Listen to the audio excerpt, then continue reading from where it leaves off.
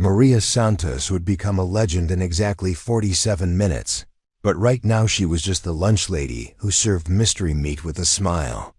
Nobody at Jefferson Elementary knew that the woman ladling mashed potatoes had once cleared buildings in Fallujah, or that her steady hands had diffused explosives while under enemy fire.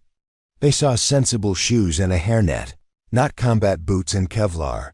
Preparing and narrating this type of story took us long efforts and hard work. So if you are enjoying the story, please consider subscribing to our channel. Maria arrived at Jefferson Elementary every morning at 5:15 sharp, 90 minutes before the first teacher unlocked their classroom door. Her 15-year-old Toyota Corolla, faded blue with a small dent in the passenger door, always claimed the same parking spot near the kitchen entrance. The same black coffee in the same chipped ceramic mug, the same measured steps through the service corridors that had become as automatic as breathing over the past 4 years. To everyone at Jefferson Elementary, Maria was exactly what she appeared to be: a reliable cafeteria worker who showed up on time, did her job without complaint, and kept to herself. She wore the standard issue white uniform with a cheerful demeanor, her dark hair pulled back in a practical bun beneath the required hairnet. At 42, she moved with the efficiency of someone who had learned to waste neither time nor motion, though nobody questioned why a lunch lady might possess such precise coordination. The other cafeteria staff respected Maria's work ethic, but knew almost nothing about her life beyond these institutional walls. She lived alone in a modest apartment 12 minutes from the school, a one-bedroom unit with beige walls and minimal furniture that could have belonged to anyone. No military memorabilia adorned the surfaces. No service medals displayed in shadow boxes. No photographs from deployments or commendations that might hint at a life lived in far more dangerous places than a suburban elementary school kitchen. The only personal touch in her apartment was a small wooden box on her nightstand that she never opened when others were present. Inside, wrapped in faded tissue paper, lay a bronze star with Valor device and a Purple Heart, medals earned in places most people couldn't pronounce during operations that remained classified years after her discharge. Maria's military occupational specialty had been explosive ordnance disposal, a job that required nerves of steel and the kind of technical precision that separated heroes from casualties. Her workstation in the school kitchen reflected the same understated competence. Knives arranged with mathematical precision, prep areas organized according to a system that maximized efficiency while maintaining absolute cleanliness standards. The other kitchen workers joked that Maria treated every meal service like a military operation, never knowing how accurate their observation actually was.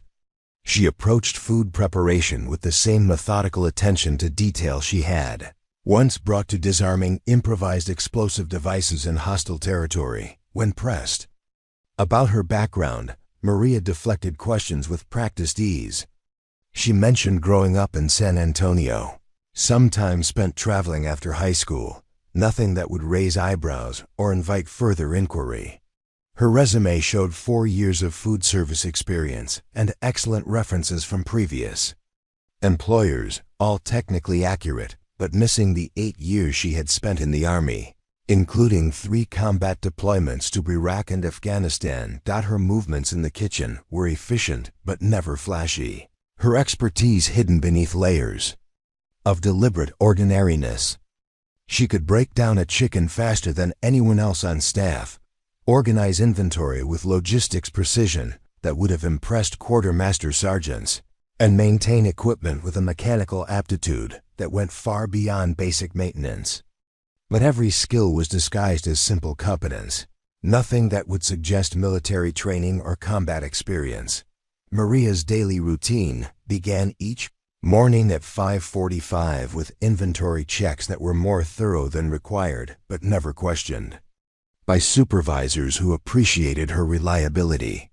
She inspected equipment with the eye of someone who understood that mechanical failure could have consequences beyond inconvenience.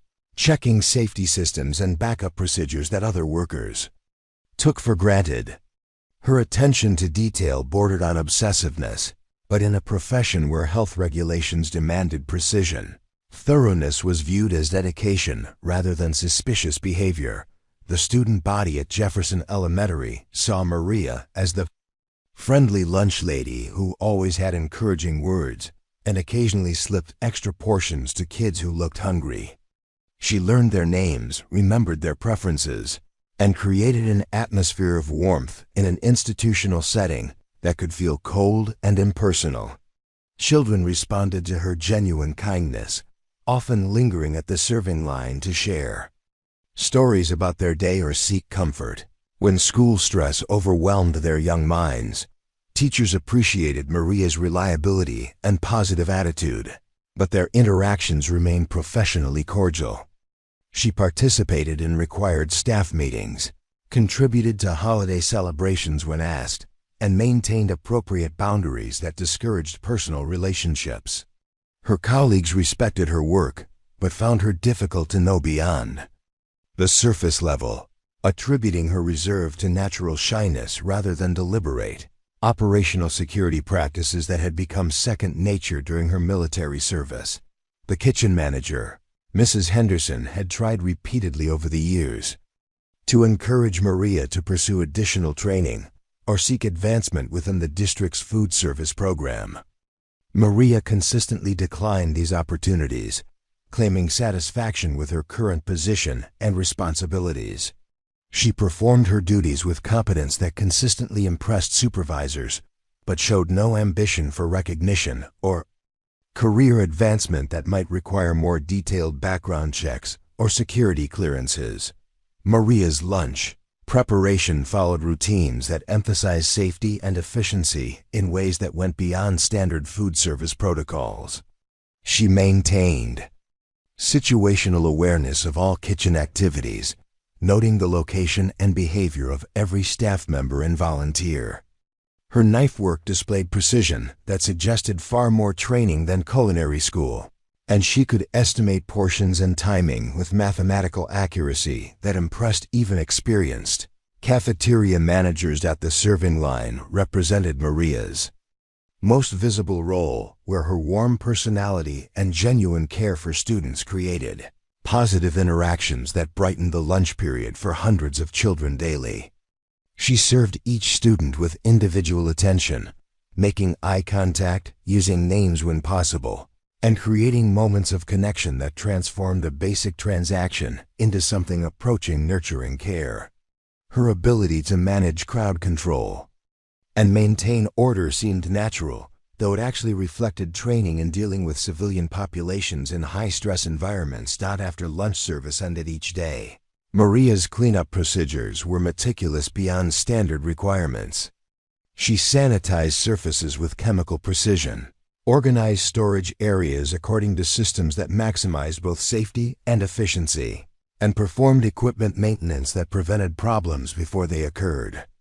Her thoroughness was attributed to professional pride, but actually reflected habits developed in environments where attention to detail could mean the difference between life and death. The afternoon hours, when the kitchen was quiet and most staff had departed, provided Maria with time for reflection that she both craved and dreaded. Alone with industrial equipment and fluorescent lighting, memories of her military service occasionally surfaced, despite her efforts to focus entirely on civilian life.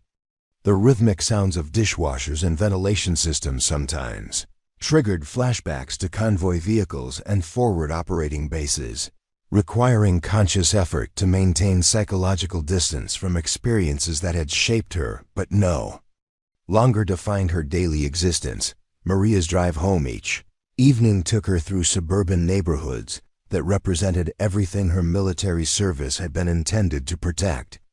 Soccer fields where children played safely, shopping centers where families gathered without fear, schools where education proceeded without the threat of violence. She had chosen this work deliberately, finding purpose in serving the next generation, while maintaining the anonymity that allowed her to process her own experiences without the burden of being viewed as a symbol or curiosity. Her evening routine included physical exercise that maintained fitness levels far beyond what her current job required. Push-ups, sit-ups, and running that kept her body prepared for challenges she hoped never to face again.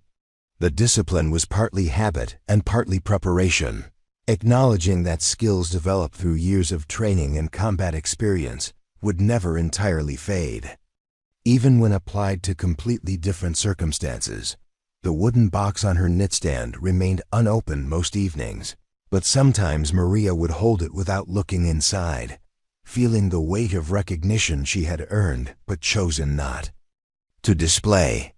The medals represented service she was proud of and sacrifices she would never regret, but they also symbolized a chapter of her life that she had deliberately closed when she decided that healing required distance from the world that had created both her capabilities and her trauma. 4 years of serving lunch to elementary school children had provided Maria with the peaceful anonymity she needed to process her military experiences and find new purpose in civilian life.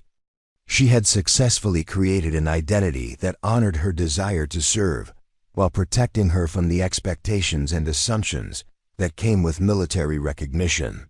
The quiet lunch lady had found exactly what she was seeking: meaningful work that utilized her nurturing instincts while keeping her tactical training safely buried beneath layers of deliberate ordinariness. But some skills, once learned, never entirely disappear. And some situations demand responses that reveal capabilities no amount of careful anonymity can completely hide. Maria Santos was about to discover that her carefully constructed peaceful existence was about to be tested in ways she had never anticipated, by threats she had hoped never to face again on American soil. Principal Dr. Richard Blackwood arrived at Jefferson Elementary each morning with the self-importance of a man who believed managing an elementary school qualified him as an educational visionary. His luxury sedan, a black BMW that cost more than most teachers earned in 6 months, always occupied the spot closest to the main entrance, marked with a brass nameplate that proclaimed his authority to anyone who might question his position in the institutional hierarchy. Dr. Blackwood carried himself with the rigid posture of someone who had never doubted his right to judge others, never questioned his ability to determine the value of those who worked under his supervision. His expensive suits and polished shoes spoke to priorities that emphasized appearance over substance, authority over competence. At 55, he possessed the confidence that came from 3 decades in educational administration, without ever having taught a single class or directly impacted a student's learning experience. The principal's office reflected his personality with precision that would have been admirable if applied to educational excellence rather than personal aggrandizement. Awards and certificates covered every wall surface, documenting achievements in bureaucratic efficiency rather than student outcomes. Photographs showed him shaking hands with district officials and local politicians, each image carefully positioned to suggest influence and importance beyond his actual responsibilities. Dr. Blackwood's management philosophy centered on maintaining control through systematic oversight of every aspect of Jefferson Elementary's operations. He believed in hierarchies that reflected his own position at the top, viewing teachers as subordinates and support staff as barely worthy of notice. His weekly staff meetings emphasized compliance with district policies rather than innovation in education, focusing on procedures that protected his authority rather than practices that might improve student learning. The cafeteria staff existed at the bottom of Dr. Blackwood's organizational chart, invisible except when problems arose that might reflect poorly on his administration. He viewed food service workers as easily replaceable employees, whose primary value lay in following procedures without creating complications that required his attention. Their individual capabilities, backgrounds, or potential contributions to the school community never entered his calculations about personnel management or resource allocation. Maria Santos had been working at Jefferson Elementary for nearly 4 years without earning more than perfunctory acknowledgement from Dr. Blackwood. He knew her name only because personnel files required documentation, and he understood her role only in terms of the budget line item she represented. During his occasional visits to the cafeteria, usually prompted by parent complaints or district inspections, he addressed her with the distant politeness reserved for service personnel whose function was necessary but unremarkable. Dr. Blackwood's evaluation of cafeteria operations focused entirely on metrics that reflected administrative efficiency rather than educational value. Food costs, waste management, and compliance with federal nutrition guidelines dominated his attention, while the positive impact of caring staff members on student well-being remained invisible to someone who measured success through spreadsheets rather than relationships. The warm interactions between Maria and students, the extra portions discreetly provided to hungry children, the moments of encouragement that brightened difficult days, none of these appeared in reports that determined budget allocations or staffing decisions. The principal's first direct confrontation with Maria occurred during a routine inspection prompted by district concerns about food service efficiency ratings that had declined slightly from the previous year. Dr. Blackwood arrived in the kitchen during morning preparation with clipboard in hand and an attitude that suggested problems would be found and corrected regardless of actual circumstances. His presence immediately changed the atmosphere, transforming productive work into performance under scrutiny. Mrs. Henderson, the kitchen manager, accompanied Dr. Blackwood through the inspection with nervous energy that reflected her understanding of his power to make her job security dependent on his satisfaction.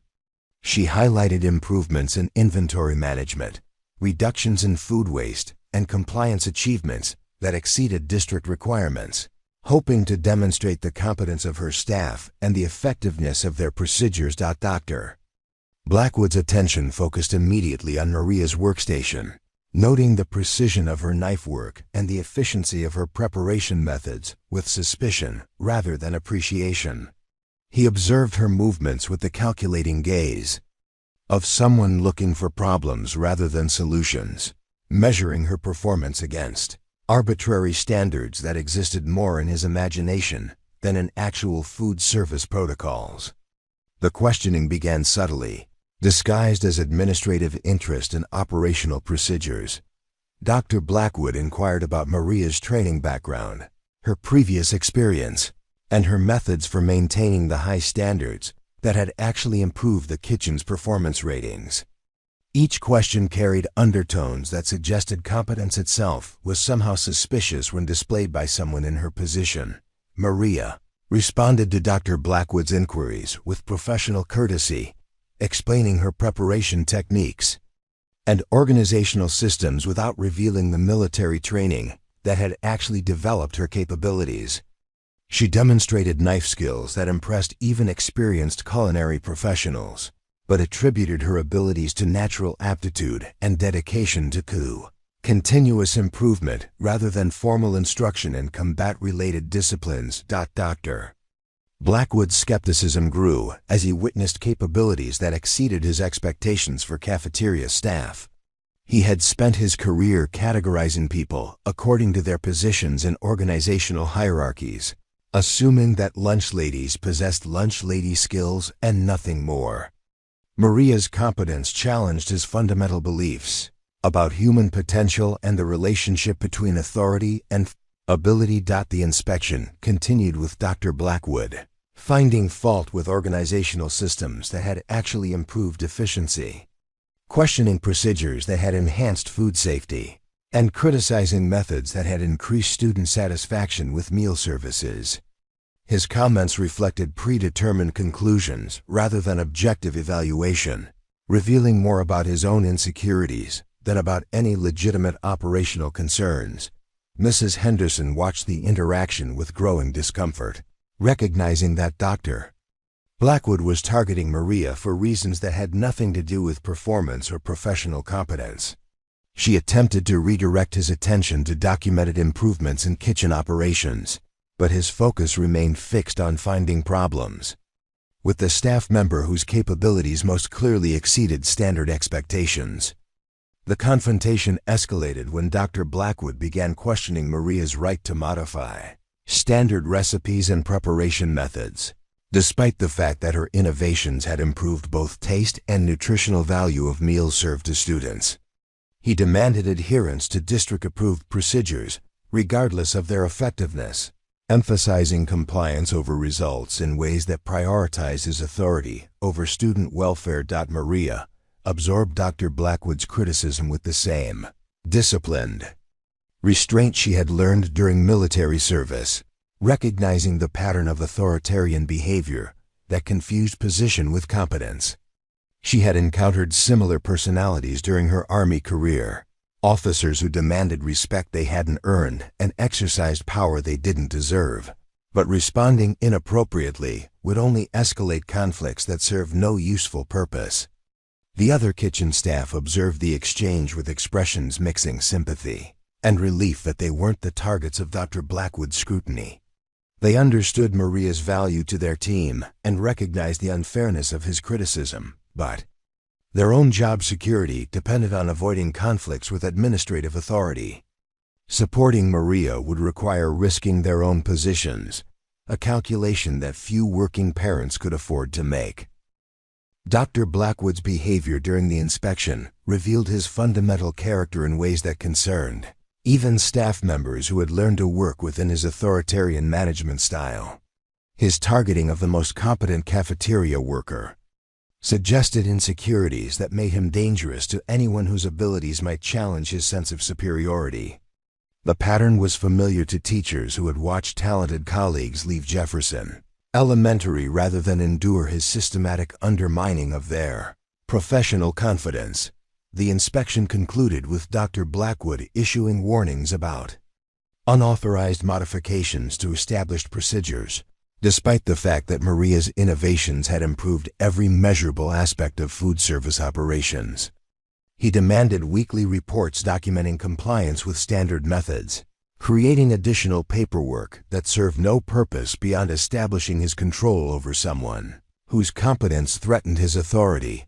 Maria's response to Dr. Blackwood's demands reflected the discipline she had learned during military service, accepting unreasonable requirements without argument while maintaining focus on her primary responsibility of serving students.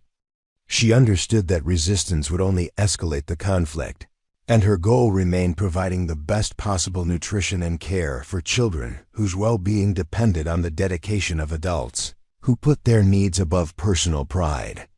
Aftermath of Dr. Blackwood's inspection created tension throughout the cafeteria staff as everyone understood that Maria had been marked for additional scrutiny that had nothing to do with performance standards. His behavior sent a clear message that competence itself was suspicious when displayed by someone he considered beneath his notice, establishing a hostile environment that would test Maria's commitment to maintaining her carefully constructed anonymity. Dr. Blackwood returned to his office with satisfaction that he had addressed potential problems in food service operations, unaware that his actions had actually created problems where none had existed. His fundamental misunderstanding of leadership and his inability to recognize excellence when it appeared in unexpected forms would soon create consequences that extended far beyond cafeteria management disputes.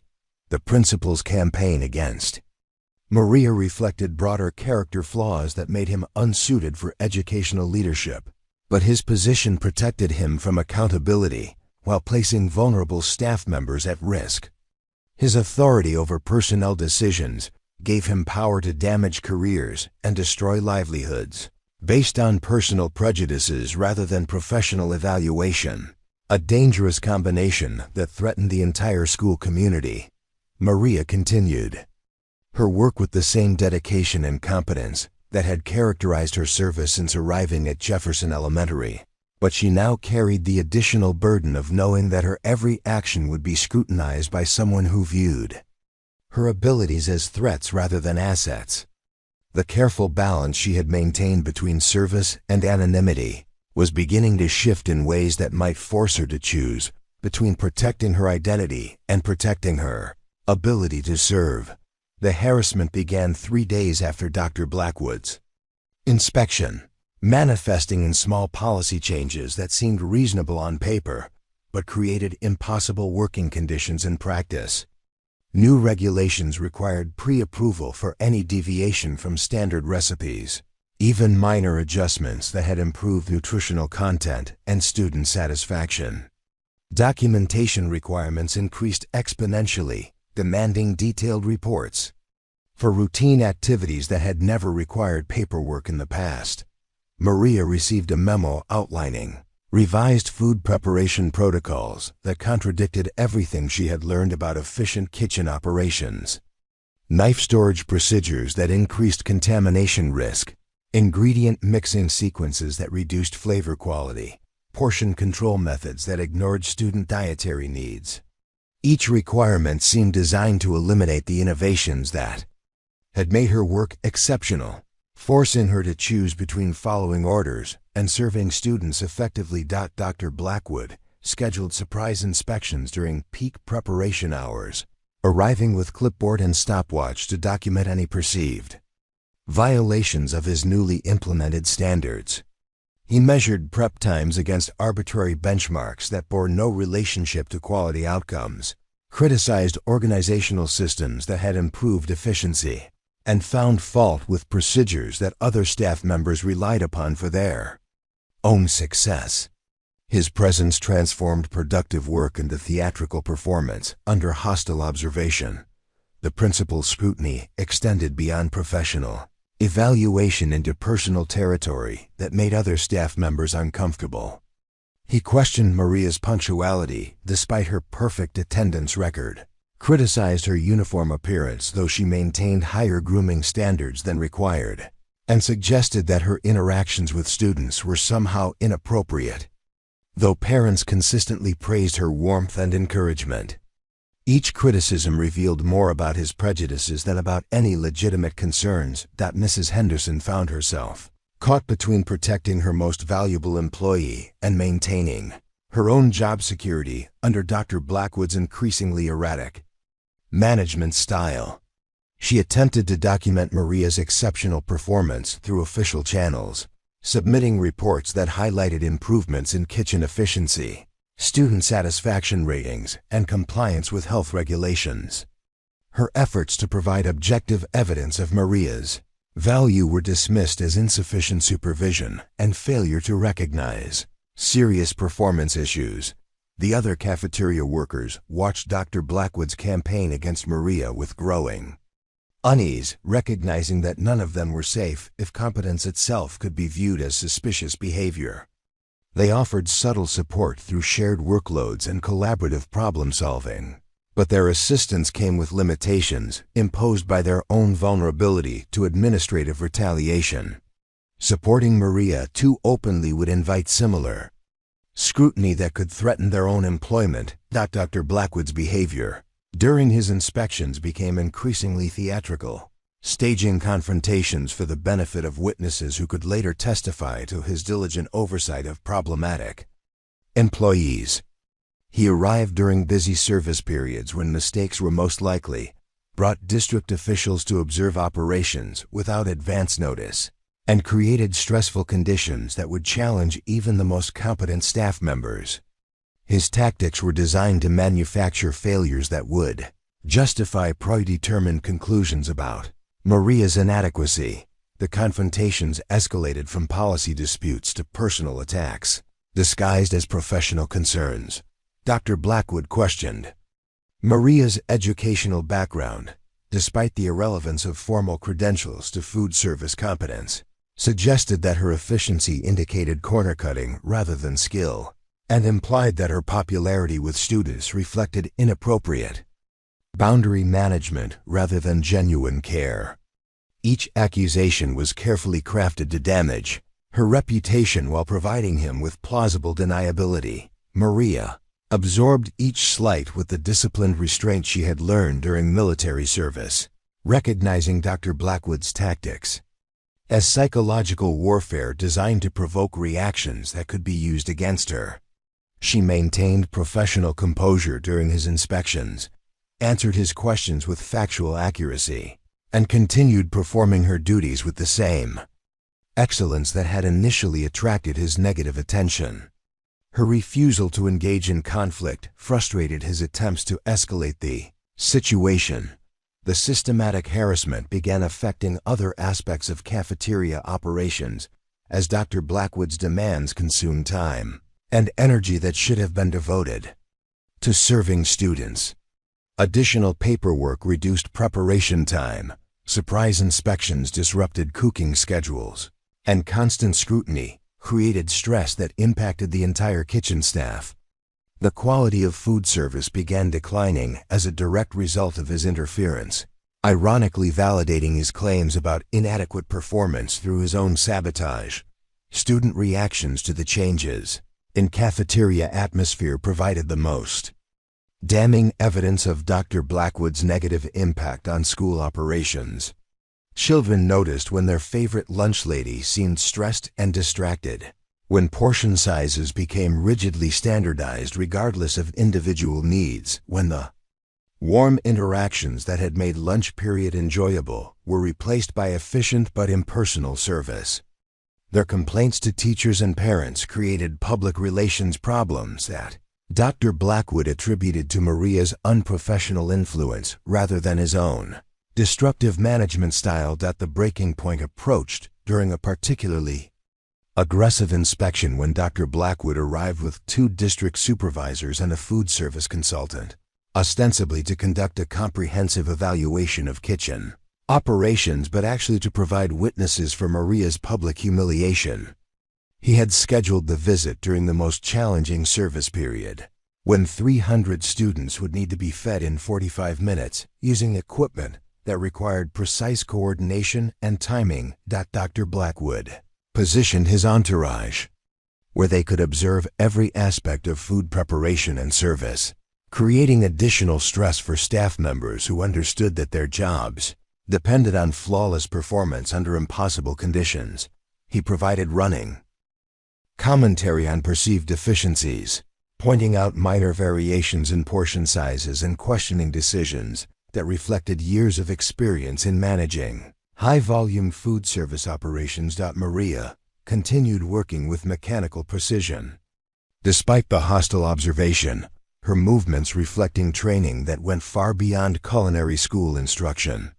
She coordinated multiple cooking processes simultaneously, managed inventory in real time, and maintained quality control standards that exceeded district requirements. Her performance under pressure demonstrated capabilities that should have impressed professional observers. But Dr. Blackwood interpreted excellence as evidence of suspicious overqualification. The confrontation reached its climax when Dr. Blackwood publicly questioned Maria's right to modify serving procedures that had improved student nutrition and satisfaction ratings. He demanded adherence to standardized methods regardless of their effectiveness, emphasizing compliance over results in ways that prioritized his authority over student welfare. His criticism was delivered with theatrical indignation designed to impress his audience and intimidate his target. Maria's response reflected 4 years of careful restraint finally reaching its limits. She had endured systematic harassment while maintaining professional courtesy, accepted unreasonable demands, while protecting her ability to serve students, and absorbed personal attacks while focusing on her responsibilities. But Dr. Blackwood's public humiliation crossed lines that her military training had taught her to defend when defense became necessary for mission accomplishment. The exchange that followed revealed glimpses of capabilities that Maria had worked hard to conceal, as disciplined responses replaced offensive explanations and tactical thinking emerged from beneath layers of deliberate ordinariness. She addressed Dr. Blackwood's accusations with precision that cut through his theatrical performance, presenting facts that challenged his narrative and exposing the weakness of his position to witnesses who were supposed to validate his authority. Dr. Blackwood's surprise at encountering unexpected resistance revealed his fundamental misunderstanding of the person he had been systematically targeting. He had assumed that lunch ladies possessed lunch lady capabilities and nothing more, that service workers would accept any treatment without meaningful response, that his authority was sufficient to intimidate anyone regardless of their actual qualifications or experience. Maria's quiet confidence suggested depths he hadn't suspected and capabilities he couldn't comprehend. The district supervisors observed the exchange with growing interest, noting the contrast between Dr. Blackwood's aggressive behavior and Maria's controlled professionalism. Their experience in evaluating food service operations had taught them to recognize competence when they saw it, and Maria's performance under pressure demonstrated skills that exceeded anything they had witnessed in similar positions. Dr. Blackwood's criticism began appearing increasingly petty and personal rather than professionally motivated. The inspection concluded with Dr. Blackwood issuing ultimatums about future compliance with his standards, threatening termination if Maria continued to deviate from approved procedures, regardless of the impact on student welfare. His threats were delivered with the confidence of someone who believed his authority was absolute, unaware that his behavior had created documentation that would soon be reviewed by people whose judgment he couldn't influence through intimidation or political connections. Maria left the confrontation with the understanding that her carefully maintained anonymity was becoming impossible to preserve under Dr. Blackwood's systematic assault. Her choice was becoming clear: accept destruction of her ability to serve effectively or reveal capabilities that would expose the military background she had worked so hard to conceal. The decision would be made for her sooner than she anticipated, by circumstances that would test every skill she had learned during 8 years of military service. Dr. Blackwood returned to his office believing he had successfully demonstrated his authority and established grounds for terminating a problematic employee. He was unaware that his behavior had been observed and documented by people whose evaluation would carry more weight than his personal prejudices, and whose understanding of operational excellence would soon expose the gap between his self-perception and his actual competence as an educational leader. The systematic campaign against Maria intensified over the following weeks, evolving from professional criticism into personal warfare disguised as administrative oversight. Dr. Blackwood implemented new scheduling requirements that forced her to work split shifts, arriving early for breakfast preparation and returning for afternoon cleanup duties that other staff members had previously handled collectively. The fragmented schedule made it nearly impossible to maintain the efficiency that had defined her work, while creating the appearance of special treatment that isolated her from colleagues who resented the additional burden her absence placed on their responsibilities. Documentation requirements multiplied exponentially, demanding written justification for every decision that deviated from standard operating procedures, no matter how minor or beneficial the modification might be. Maria found herself spending hours each evening completing paperwork that served no practical purpose beyond consuming time that should have been devoted to rest and personal maintenance. The reports documented her every action in clinical detail, creating a paper trail that Dr. Blackwood could manipulate to support whatever narrative he eventually chose to construct about her inadequacy. Dr. Blackwood's surprise inspections became daily occurrences, arriving at irregular intervals that disrupted established routines and created constant tension throughout the kitchen. He brought different observers for each visit: district supervisors, food service consultants, safety inspectors, budget analysts, creating an atmosphere of perpetual evaluation that transformed routine work into performance art under hostile observation. Each inspection focused on finding problems rather than recognizing achievements, with success measured by the number of violations discovered rather than the quality of service provided to students. The principal's criticism became increasingly personal and vindictive, questioning Maria's intelligence, her cultural background, her right to work in an educational environment that served American children. He suggested that her accent indicated insufficient English proficiency, despite her clear communication and extensive vocabulary.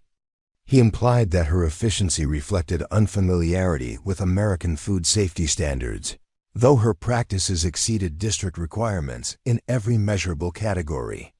Each accusation revealed more about his prejudices than about any legitimate professional concerns. Mrs. Henderson found herself pressured to document problems that didn't exist, to write negative evaluations that contradicted her direct observations of Maria's exceptional performance. Dr. Blackwood suggested that her failure to identify serious issues with her most experienced staff member indicated supervisory incompetence that could affect her own job security. The implied threat forced her to choose between protecting Maria and preserving her own career, a calculation that became increasingly difficult as the harassment escalated beyond anything she had witnessed during 20 years in school food service. The other cafeteria workers began distancing themselves from Maria as Dr. Blackwood's campaign created toxic working conditions that affected everyone in the kitchen. They witnessed the systematic destruction of their most competent colleague with growing discomfort, but their own vulnerability to administrative retaliation prevented them from offering meaningful support. Some actively participated in the documentation of minor infractions, hoping to protect themselves from similar scrutiny by demonstrating loyalty to administrative authority over professional solidarity. Dr. Blackwood's tactics expanded beyond the kitchen to include interference with Maria's relationships throughout the school community. He discouraged teachers from praising the food service improvements that had enhanced student nutrition and satisfaction, suggesting that positive feedback reflected insufficient understanding of proper administrative protocols. He implied that Maria's popularity with students indicated inappropriate boundary management that required investigation, transforming genuine care into suspicious behavior that justified increased supervision. The principal began scheduling mandatory meetings during Maria's break periods, forcing her to choose between required attendance and the personal time she needed to maintain her physical and emotional well-being. The meetings focused on reviewing compliance issues that had already been addressed, creating redundant discussions that served no purpose beyond demonstrating his power to control her schedule. When she requested rescheduling to accommodate her break time, he questioned her commitment to professional development and suggested that resistance to overtime indicated inadequate dedication to student welfare. Student reactions to the deteriorating cafeteria atmosphere provided evidence of Dr. Blackwood's destructive impact that he consistently attributed to Maria's declining performance rather than his own interference. Children noticed when their favorite staff member appeared stressed and distracted, when portion sizes became rigidly standardized, regardless of individual dietary needs, when warm interactions were replaced by efficient but impersonal service designed to avoid any behavior that might be criticized during subsequent inspections. Their complaints to parents created community concerns that Dr. Blackwood used to justify additional oversight rather than examining his own role in creating the problems. The harassment campaign began affecting Maria's performance in ways that validated Dr. Blackwood's predetermined conclusions about her inadequacy, creating a self-fulfilling prophecy that justified escalating pressure. Sleep deprivation from evening paperwork requirements reduced her reaction time and decision-making capability. Constant stress from hostile observation affected her usual calm demeanor and precise coordination. The systematic destruction of her working relationships eliminated the collaborative support that had enabled exceptional results through team effort rather than individual achievement.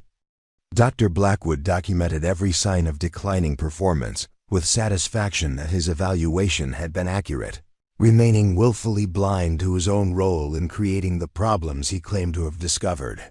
He interpreted stress responses as evidence of guilty conscience, fatigue as indication of poor work ethic, and defensive behavior as confirmation of incompetence.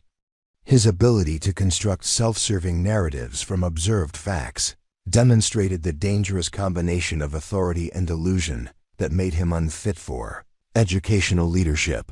The principal's behavior became increasingly erratic as his campaign consumed more of his time and attention than actual educational leadership responsibilities. He delegated routine administrative duties to subordinates while focusing obsessively on documenting Maria's alleged failures, creating operational problems throughout the school that he blamed on distraction caused by personnel issues in food service. His priorities revealed fundamental misunderstanding of educational leadership and proper resource allocation in institutional management. Maria's military training enabled her to recognize Dr. Blackwood's tactics as psychological warfare designed to break down resistance through systematic application of stress and uncertainty. She understood that his goal was forcing her resignation rather than improving cafeteria operations, but her commitment to serving students prevented her from abandoning responsibilities that directly affected children's nutrition and well-being. Her determination to maintain service quality despite impossible working conditions reflected values that Dr. Blackwood couldn't comprehend or appreciate. The breaking point approached during a particularly vindictive inspection when Dr. Blackwood arrived with a photographer to document alleged health code violations that existed only in his imagination. He staged photographs of normal kitchen operations from angles that suggested unsanitary conditions, focusing on equipment that showed normal wear rather than negligence, and capturing moments during food preparation that appeared problematic when removed from context. The documentation was clearly intended for use in formal disciplinary proceedings that would justify termination regardless of actual performance standards. Maria watched Dr. Blackwood's theatrical performance with the tactical awareness she had developed during military service, recognizing behavior patterns that indicated escalation toward decisive action. His increased aggression, expanded documentation efforts, and involvement of external witnesses suggested that he was preparing for final confrontation, designed to eliminate her from Jefferson Elementary permanently. Her choice was becoming clear: accept destruction of her ability to serve effectively or reveal capabilities that would expose the military background she had worked so hard to conceal. The systematic harassment had transformed Maria's carefully maintained anonymity into an unsustainable liability that prevented her from protecting either herself or the students she served. Dr. Blackwood's campaign was succeeding in its primary objective of making her position untenable, forcing decisions she had hoped never to face about revealing skills that would invite questions she wasn't prepared to answer. The quiet lunch lady was discovering that some fights couldn't be avoided through discipline and professionalism alone. Dr. Blackwood's confidence grew as he sensed victory approaching, believing that his systematic pressure would soon eliminate a problem that had challenged his authority and threatened his self-image as an effective administrator. He was unaware that his target possessed capabilities that went far beyond food service competence, and that his campaign was awakening instincts that had been dormant but never truly disappeared. The principal had chosen to wage war against someone whose understanding of conflict extended far beyond administrative politics into realms where survival depended on skills he couldn't imagine. The collision between Dr. Blackwood's authoritarian incompetence and Maria's hidden expertise was approaching rapidly, driven by his determination to destroy her and her commitment to protecting the students who depended on her service. Neither of them anticipated that external forces would soon transform their personal conflict into a life-and-death situation that would reveal the true measure of their respective characters and capabilities. The confrontation that would shatter Maria's carefully maintained facade began on a Tuesday morning during the monthly district evaluation meeting, scheduled to review Jefferson Elementary's compliance with updated food service regulations. Dr. Blackwood had orchestrated the session with the theatrical precision of someone who viewed administrative proceedings as opportunities for personal vindication rather than educational improvement. He arranged the conference room with deliberate intimidation in mind, positioning himself at the head of a long table while relegating Maria to a single chair facing a panel of district officials, food service supervisors, and compliance specialists. The assembled committee included Regional Supervisor Janet Morrison, whose 30 years in educational administration had taught her to recognize petty tyranny disguised as professional oversight. Food Service Director Michael Torres brought operational expertise that emphasized results over procedures, while Safety Coordinator Linda Walsh focused on regulatory compliance that protected students rather than administrators. Dr. Blackwood had invited them expecting validation of his concerns, unaware that their experience would enable them to evaluate his claims with professional skepticism rather than automatic deference to his authority. Dr. Blackwood opened the meeting with a presentation that revealed more about his character than about any legitimate operational concerns. He displayed charts documenting increased paperwork requirements as evidence of declining efficiency, photographs of normal kitchen operations presented as safety violations, and statistics manipulated to suggest problems that existed only in his interpretation of routine activities. His theatrical delivery emphasized drama over accuracy, seeking emotional impact rather than rational evaluation of actual performance data. Maria sat through the presentation with the disciplined composure she had learned during military briefings, recognizing propaganda techniques designed to prejudice audiences against predetermined targets. Dr. Blackwood's accusations followed predictable patterns, questioning her qualifications despite 4 years of exemplary service, suggesting cultural incompatibility despite her obvious integration into the school community, and implying security risks based on speculation rather than evidence. Each claim revealed his prejudices while failing to provide substantive support for his conclusions. The district officials exchanged glances that indicated growing skepticism about Dr. Blackwood's motives and methods. Regional Supervisor Morrison had reviewed Maria's personnel file before the meeting, noting consistent positive evaluations from previous supervisors, perfect attendance records, and documented improvements in kitchen efficiency that contradicted the principal's narrative. Her questions began probing the disconnect between objective evidence and Dr. Blackwood's subjective complaints, forcing him to defend positions that became increasingly untenable under professional scrutiny. Food Service Director Torres focused on operational outcomes that demonstrated Maria's exceptional competence despite Dr. Blackwood's systematic interference. Student satisfaction surveys showed improved ratings for food quality and service during her tenure. Waste reduction statistics indicated efficiency improvements that saved the district significant money annually. Health inspection reports documented sanitation standards that exceeded requirements consistently. The evidence contradicted every aspect of Dr. Blackwood's case against her professional capabilities. Dr. Blackwood's response to contradictory evidence revealed the depth of his delusion and the weakness of his position. He dismissed positive documentation as incomplete assessment, attributed efficiency improvements to lowered standards rather than enhanced competence, and suggested that good relationships with students indicated inappropriate boundary management rather than professional excellence. His ability to reinterpret facts to support predetermined conclusions demonstrated psychological processes that concerned experienced administrators who understood the importance of objective evaluation. The meeting's turning point came when Safety Coordinator Walsh requested specific examples of the security concerns that Dr. Blackwood had mentioned in his preliminary reports. His hesitation before responding revealed the absence of factual support for implications that had been designed to create suspicion rather than address legitimate risks.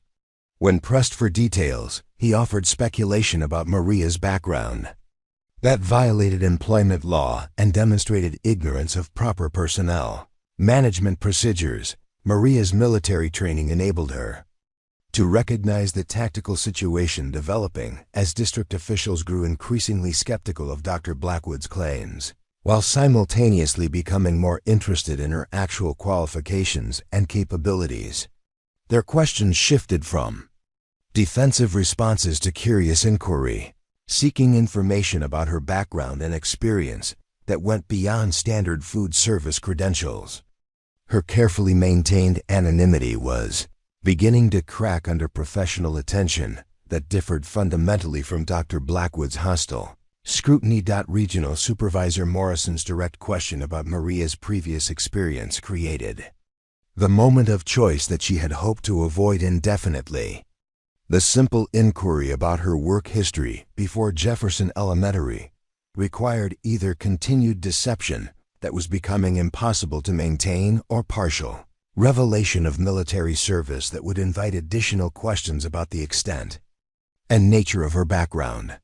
The decision was made for her by Dr. Blackwood's interruption, suggesting that her reluctance to provide details confirmed his suspicions about her suitability for school employment. The accusation crossed lines that Maria's military honor code wouldn't allow her to ignore, transforming administrative harassment into personal attack on her integrity and service to country. Dr. Blackwood's implication that her background contained elements that made her unfit to serve children represented the kind of slander that demanded response regardless of personal cost. Her voice carried new authority when she addressed the committee directly, bypassing Dr. Blackwood's attempts to control the narrative about her qualifications and character. Maria's response to the committee's questions revealed glimpses of capabilities that went far beyond food service competence, as tactical thinking replaced offensive explanations and operational expertise emerged from beneath layers of deliberate ordinariness. She described her organizational systems with precision that impressed professional administrators, explained her efficiency improvements with analytical depth that demonstrated advanced training, and addressed safety protocols with knowledge that exceeded standard certification requirements. Dr. Blackwood watched with growing alarm as his carefully constructed case against Maria collapsed under scrutiny from people whose expertise exceeded his own understanding of operational excellence.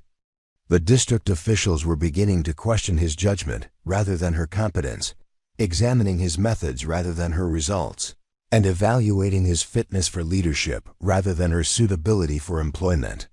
His campaign was backfiring spectacularly, exposing his own inadequacies while highlighting her exceptional capabilities. The committee's interest in Maria's background intensified as her responses demonstrated knowledge and experience that couldn't have been acquired through civilian food service training alone. Food Service Director Torres recognized operational thinking that reflected military logistics experience, while Safety Coordinator Walsh noted security awareness that suggested specialized training in threat assessment and crisis management. Their questions became more specific and probing, seeking information about qualifications that Dr. Blackwood had never suspected. Preparing and narrating this type of story took us long efforts and hard work. So if you are enjoying the story, please consider subscribing to our channel. Maria's decision to reveal her military service came as Dr. Blackwood made increasingly desperate attempts to regain control of proceedings that had moved beyond his ability to influence or direct.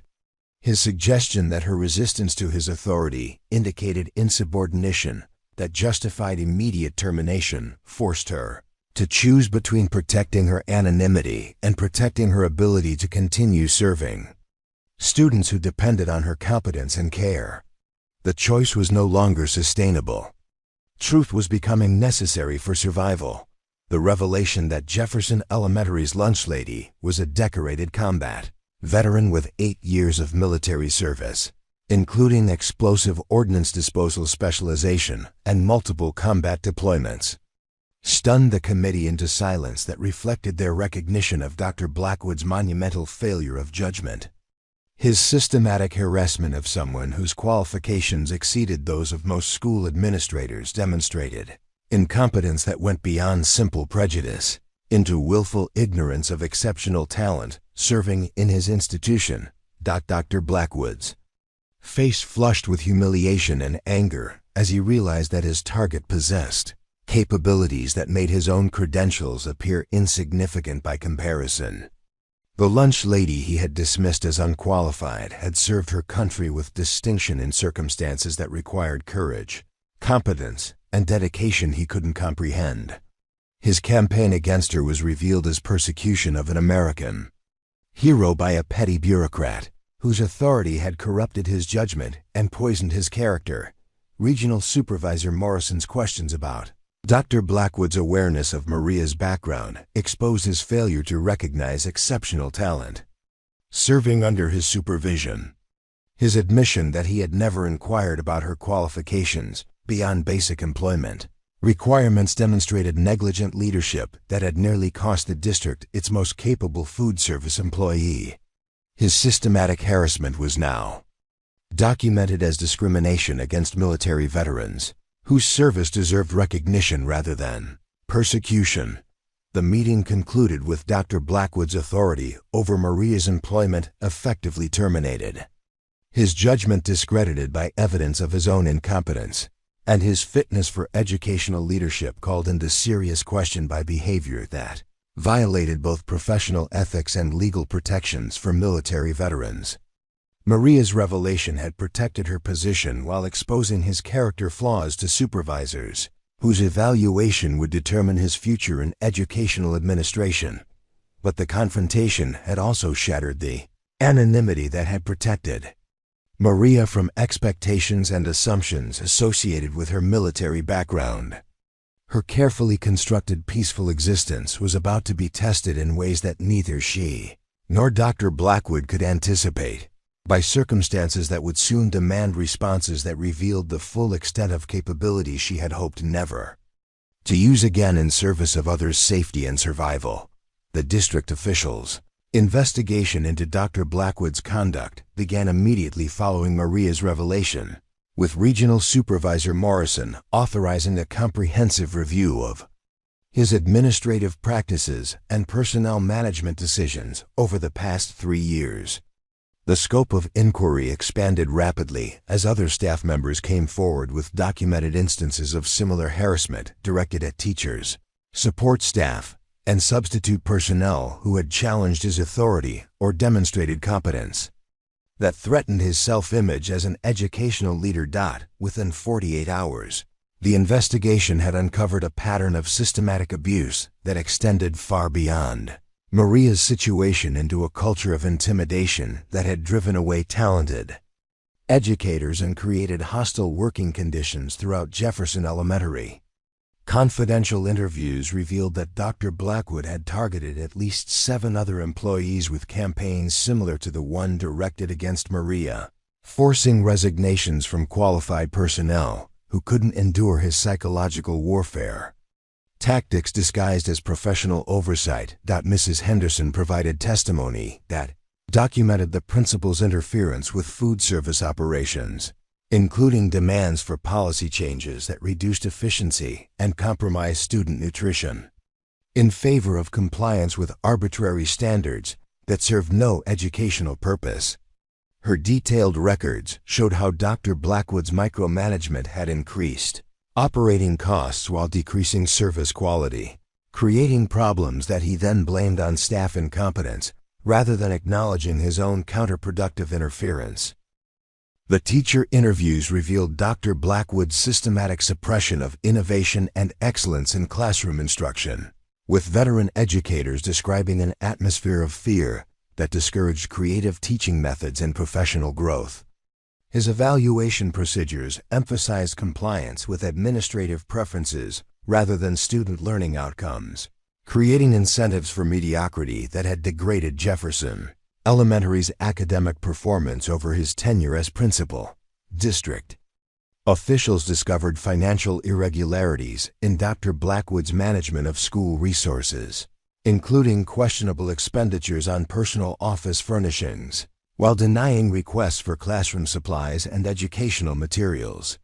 His priorities reflected self-serving allocation of funds that benefited his image and comfort rather than student welfare or instructional improvement, violating both policy guidelines and ethical standards for educational leadership. The investigation expanded to include Dr. Blackwood's previous assignment, where personnel records revealed similar complaints about his management style and treatment of subordinates. His transfer to Jefferson Elementary had been prompted by a formal grievance filed by teachers, who documented his creation of hostile working conditions that violated district policies on professional conduct and workplace harassment. The pattern of behavior extended across multiple institutions, indicating fundamental character flaws, rather than isolated incidents. Maria found herself thrust into an unwanted spotlight as news of her military background spread throughout the school community and beyond. Parents who had appreciated her warm interactions with their children now viewed her through the lens of combat veteran status, creating expectations and assumptions that made her uncomfortable while transforming routine work into performance under constant observation.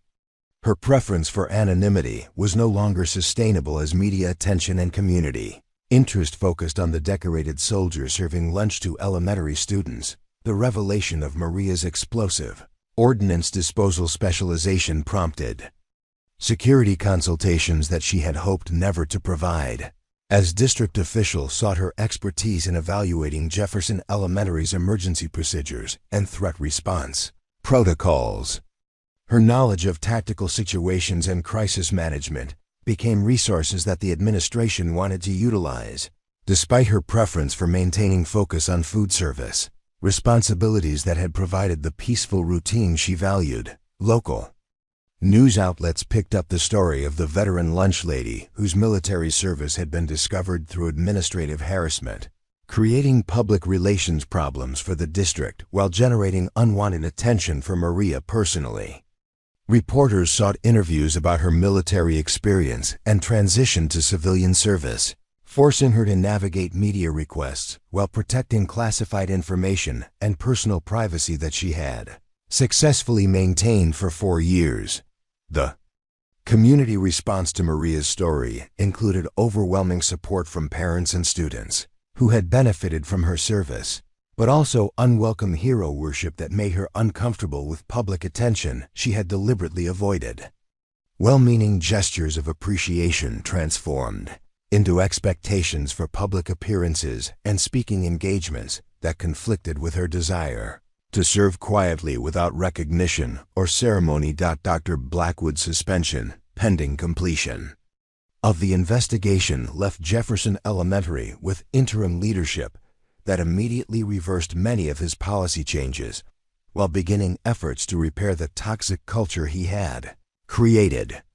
The new administration recognized Maria's value and sought to utilize her expertise in improving school operations, but their enthusiasm for her capabilities created different pressures that challenged her commitment to maintaining a low profile. Military veterans in the community reached out to Maria with offers of support and fellowship that she appreciated but found emotionally challenging, as connections with others who shared her experiences threatened the psychological distance she had maintained from her combat service. Their understanding of her background created opportunities for relationships that could aid her healing process, but also risks triggering memories and emotions she had worked hard to control. The investigation revealed that Dr. Blackwood's behavior had created legal liability for the district through violations of employment law, discrimination statutes, and harassment policies that protected both civilian employees and military veterans from the kind of systematic persecution he had conducted. The potential for costly litigation motivated rapid corrective action that included his termination and implementation of new oversight procedures designed to prevent similar abuses of administrative authority. Maria's expertise in threat assessment became unexpectedly relevant when the investigation uncovered security vulnerabilities in Jefferson Elementary's emergency procedures that Dr. Blackwood had ignored despite warnings from safety consultants and law enforcement liaisons. Her military training enabled her to identify weaknesses in evacuation routes, communication systems, and crisis response protocols that required immediate attention to protect student and staff safety.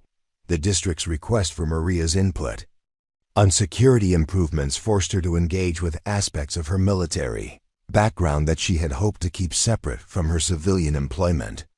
Her knowledge of tactical situations and threat evaluation provided valuable insights for protecting the school community, but utilizing those capabilities meant acknowledging skills that would inevitably lead to additional requests for consultation and expertise.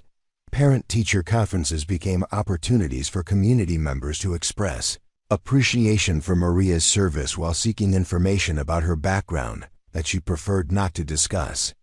Their gratitude was genuine and moving, but their curiosity about her military experience created social pressures that made simple interactions complex and emotionally demanding. The media attention surrounding Maria's story prompted inquiries from military history researchers and veteran advocacy organizations, seeking to document her service and recognize her contributions to national security. Their interest in her achievements honored her sacrifice and dedication, but also threatened the privacy she had valued as essential for her psychological well-being and successful transition to civilian life. Dr. Blackwood's termination proceedings included documentation of his discrimination against Maria and other employees, creating a permanent record of his incompetence and abuse of authority that would follow him throughout any future career in education. His downfall served as validation for his victims, while establishing precedents for protecting other employees from similar harassment by administrators who confused position with competence. The transformation of Maria's status from anonymous lunch lady to recognized military hero created opportunities for meaningful service that could honor her experience while helping other veterans navigate similar transitions. Her example demonstrated the value of military training in civilian contexts, while highlighting the importance of recognizing excellence, regardless of its source or presentation. But the exposure also meant that Maria's carefully constructed peaceful existence was permanently altered, requiring her to make decisions about how much of her military identity to integrate into her civilian role. The choice between continued anonymity and public service would determine not only her own future, but also her ability to protect and serve the school community that had become her sanctuary and purpose. The investigation's conclusion would bring justice for the harassment she had endured, while opening new chapters in her life that would test her commitment to service in ways she had never anticipated. Her hidden expertise was no longer hidden, and the responsibilities that came with recognition would soon demand responses that would challenge everything she had learned about balancing military training with civilian service. The quiet lunch lady was about to discover that some forms of service couldn't be performed in shadows, and that true leadership sometimes required stepping into light that illuminated both capabilities and vulnerabilities in equal measure. The morning of March 15th began like any other, with Maria arriving at Jefferson Elementary at her usual 5:15 a.m. despite the upheaval surrounding Dr. Blackwood's termination and the ongoing district investigation. The familiar routine of checking equipment, reviewing meal plans, and preparing ingredients provided stability amid the chaos that had consumed her carefully ordered existence over the past 2 weeks. She needed the normalcy of work, the focus required by food preparation, the simple satisfaction of serving students who depended on her competence and care. The interim principal, Dr. Sarah Matthews, had made efforts to restore operational stability, while implementing changes designed to repair the toxic culture that Dr. Blackwood had created throughout Jefferson Elementary. Her collaborative management style encouraged input from staff members at all levels, creating an atmosphere of mutual respect that felt foreign after years of authoritarian intimidation. Maria appreciated the improved working conditions, but remained wary of increased attention that came with administrative recognition of her capabilities. The kitchen operated with renewed efficiency as oppressive oversight was replaced by professional trust, allowing Maria and her colleagues to focus on their primary mission of providing nutritious meals for nearly 400 students daily. The arbitrary restrictions that had complicated routine procedures were eliminated, enabling innovations that improved both food quality and service delivery. The positive changes validated Maria's conviction that competence should be recognized and utilized rather than suppressed through bureaucratic interference. Student reactions to the improved cafeteria atmosphere were immediate and enthusiastic, with children responding to reduced stress among kitchen staff by engaging more positively. During meal periods, the warm interactions that Dr. Blackwood had discouraged as inappropriate were restored, creating an environment where food service became an extension of educational care rather than merely institutional obligation. Maria found renewed purpose in these connections, which reminded her why civilian service had provided the healing she needed after military trauma. The morning routine proceeded normally until 10:47 a.m., when Maria noticed unusual activity in the parking lot while preparing vegetables for lunch service. A white van had parked near the main entrance, positioned at an angle that blocked clear visibility from the administrative offices, while providing direct access to the building's primary entry point. Her military training triggered automatic threat assessment protocols that analyzed vehicle placement, occupant behavior, and tactical considerations that civilian observers would miss entirely. Two men emerged from the van carrying large duffel bags that appeared heavy based on their body mechanics and movement patterns. Their clothing consisted of dark tactical gear that seemed inappropriate for school visitors, while their coordinated movements suggested military or law enforcement training that raised additional concerns about their intentions. Maria's explosive ordnance disposal experience had taught her to recognize suspicious packages and threatening behavior patterns that required immediate evaluation and potential response. The men approached Jefferson Elementary's main entrance with purposeful strides that indicated familiarity with the building layout and security procedures. Their confidence suggested prior reconnaissance and planning rather than spontaneous action, while their timing during mid-morning hours ensured maximum occupancy with students in classrooms and minimal external visibility from passing traffic. Maria recognized tactical considerations that indicated professional planning for whatever operation they intended to conduct. Her first instinct was to contact administrative personnel, but Dr. Matthews was attending a district meeting while other senior staff members were conducting classroom observations throughout the building. The main office was staffed by Secretary Mrs. Palmer, whose friendly demeanor and grandmother appearance would make her vulnerable to manipulation by individuals with hostile intentions. Maria's military experience told her that official channels might be too slow for a situation that appeared to be developing rapidly. The men's entry into the building triggered lockdown procedures that were routine for Jefferson Elementary, but Maria's tactical awareness enabled her to distinguish between standard security measures and responses to genuine threats. The announcement over the intercom system mentioned unexpected visitors requiring administrative attention, language that seemed carefully chosen to avoid panic while alerting staff to unusual circumstances. Her combat experience suggested that the situation was more serious than the benign communication indicated. Maria positioned herself where she could observe the main hallway through the kitchen service window while maintaining access to communication, equipment, and potential escape routes that her reconnaissance of the building had identified during 4 years of employment. Her explosive ordnance disposal training included threat assessment protocols that evaluated terrorist tactics, improvised weapon systems, and civilian protection strategies that were directly applicable to the developing situation. The sound of raised voices from the administrative area confirmed Maria's assessment that Jefferson Elementary was facing a genuine security threat rather than routine visitor management issues. The tone and volume suggested confrontation and demands rather than normal conversation. While the absence of Dr. Matthews left the school without experienced crisis leadership during a situation that required immediate and decisive response. To protect students and staff from potential harm, Maria's military training included extensive instruction in terrorist tactics and active shooter scenarios that had become increasingly relevant to civilian security planning in the post-9/11's environment.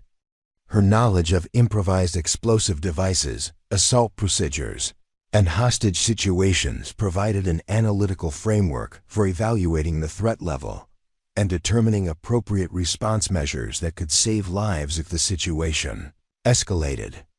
Beyond administrative management capabilities, the men's equipment and behavior patterns suggested sophisticated planning and professional training that exceeded typical criminal activity or domestic violence incidents that schools occasionally confronted.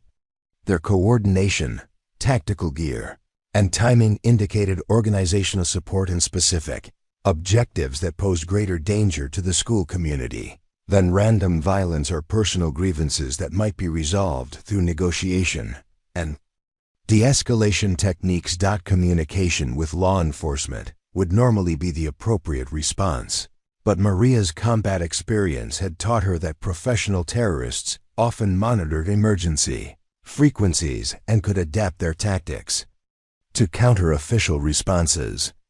Her knowledge of tactical communication and operational security suggested that unofficial action might be necessary to supplement formal procedures and protect vulnerable civilians who lacked military training and experience.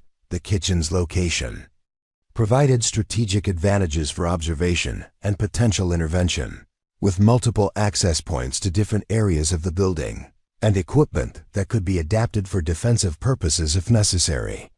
Maria's familiarity with the facility's layout, gained through 4 years of daily service, enabled her to identify tactical positions and movement routes that would be unknown to external threats, regardless of their reconnaissance efforts. Her explosive ordnance disposal experience included training in improvised weapons and defensive tactics that could be applied using common materials available in institutional kitchens. While she hoped never to use such knowledge in civilian contexts, the developing situation appeared to require every advantage that military training and combat experience could provide to protect innocent lives from professional threats.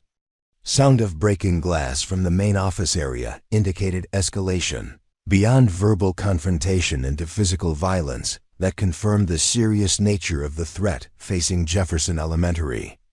Maria's tactical assessment suggested that the intruders were implementing a planned operation rather than responding to unexpected resistance, indicating preparation and objectives that posed immediate danger to students and staff throughout the building. Her decision to move beyond observation into potential action was driven by military values that prioritized protection of innocent lives over personal safety considerations. The children and teachers at Jefferson Elementary depended on adults with capability and training to defend them against threats they couldn't understand or counter effectively. Maria's background provided unique qualifications for that responsibility. Even though utilizing her skills would expose capabilities she had hoped to keep hidden from civilian scrutiny, the tactical situation was developing rapidly toward confrontation that would test every aspect of her military training and combat experience. The quiet lunch lady who had served students with anonymous dedication was about to discover whether 4 years of civilian service had diminished the warrior capabilities that had once made her name whispered with respect and fear across multiple theaters of operation. Her choice was clear: remain hidden and hope that official response would be sufficient, or step forward and use every skill at her disposal to protect the school community that had become her sanctuary and purpose. The decision would determine not only the outcome of the immediate crisis but also the future of her carefully constructed civilian identity and relationship with the military past she had tried so hard to leave behind. The transformation from lunch lady to protector was about to begin, driven by circumstances that would reveal the true measure of her character and the enduring power of military training applied in service of innocent lives that depended on her courage, competence, and willingness to risk everything for their safety and survival. Maria's transformation from observer to defender began the moment she heard Mrs. Palmer's scream cut through the institutional silence of Jefferson Elementary's morning routine. The sound carried terror that no administrative emergency could produce, confirming that the two men had moved beyond reconnaissance into active implementation of whatever operation they had planned for the school. Her explosive ordnance disposal training kicked in automatically, flooding her system with combat chemicals while her mind shifted into tactical assessment mode that had kept her alive through 73 missions in hostile territory. The kitchen's commercial-grade equipment suddenly became an arsenal of defensive tools as Maria's military experience transformed ordinary objects into potential weapons. The heavy-duty aluminum serving trays stacked near the dishwashing station caught her attention immediately. 18 inches of solid metal that could serve multiple purposes in close-quarters combat. Her hands moved with muscle memory that hadn't been accessed in 4 years, testing weight and balance while calculating trajectory and impact potential against human targets. Intelligence gathering became her first priority as Maria positioned herself at the service window that provided visual access to the main hallway without exposing her position to hostile observation. Through the reinforced glass, she could see one of the intruders moving with military precision toward the administrative offices while his partner remained positioned near the main entrance, apparently serving as lookout and crowd control for whatever operation they intended to execute. The men's tactical gear included body armor that would deflect most improvised weapons, but Maria's combat experience had taught her to identify vulnerable points that even professional equipment couldn't protect completely. Joints, extremities, and sensory organs remained targets that precise application of force could exploit effectively. Her knowledge of human anatomy, gained through both medical training and battlefield experience, provided tactical advantages that could compensate for her lack of conventional weapons. Mrs. Palmer's continued cries for help indicated that the intruders were demanding information or access that she couldn't provide, creating a hostage situation that would escalate rapidly if their objectives weren't met through intimidation alone. Maria's understanding of terrorist psychology suggested that violence would increase as frustration mounted, making immediate intervention necessary to prevent harm to innocent civilians who lacked any training for crisis situations. The school's lockdown procedures had secured most classrooms, but the administrative area remained accessible to the intruders who had entered before security measures could be fully implemented. Teachers and students were following established protocols that assumed law enforcement response within minutes, but Maria's tactical assessment suggested that professional terrorists would have planned for official intervention and prepared countermeasures that could delay rescue efforts indefinitely. Her movement from the kitchen required crossing exposed hallway space that would reveal her presence to the lookout position near the main entrance. Maria's infiltration training provided techniques for minimizing detection while covering ground. Quickly, using structural elements and shadows to mask her approach toward the administrative area where Mrs. Palmer's life was clearly in immediate danger from captors, whose patience was apparently exhausted. The first intruder's attention was focused entirely on Mrs. Palmer as he demanded access codes for the building's communication systems and student information databases. His tactical tunnel vision, common among operators concentrating on primary objectives, created opportunities for flanking maneuvers that could exploit his sensory limitations and positional disadvantages. Maria's approach utilized blind spots that his body armor actually created by restricting peripheral vision and reducing mobility. The aluminum serving tray in Maria's hands felt familiar despite 4 years of civilian use, its weight and balance triggering muscle memory from countless hours of combat training with improvised weapons and found objects, her grip positioned. The tray for maximum impact delivery while maintaining control for potential follow-up strikes, demonstrating weapon adaptation skills that had been developed through necessity during operations where conventional equipment wasn't available or appropriate. The distance to her target required precise timing to achieve surprise while covering ground that would expose her to potential counterattack from both intruders, if coordination allowed them to respond effectively to unexpected resistance. Maria's calculation included variables for human reaction time, movement speed, and weapon effectiveness that determined success or failure in close quarters. Combat situations where margins for error were measured in fractions of seconds. Her approach utilized combat breathing techniques that managed adrenaline, while maintaining fine motor control necessary for precision strikes against moving targets. The physiological management had been critical during explosive ordnance disposal. Operations where steady hands meant survival, and those same skills now prepared her for violence that would determine whether innocent civilians lived or died, based on her competence and courage under extreme pressure. The moment of contact arrived as Maria closed within striking distance of the first intruder while he remained focused on terrorizing Mrs. Palmer into compliance with demands she couldn't fulfill. His professional training had prepared him for resistance from law enforcement and security personnel, but hadn't anticipated encountering military-trained opposition disguised as cafeteria staff in an elementary school environment where threats were assumed to be minimal and easily managed.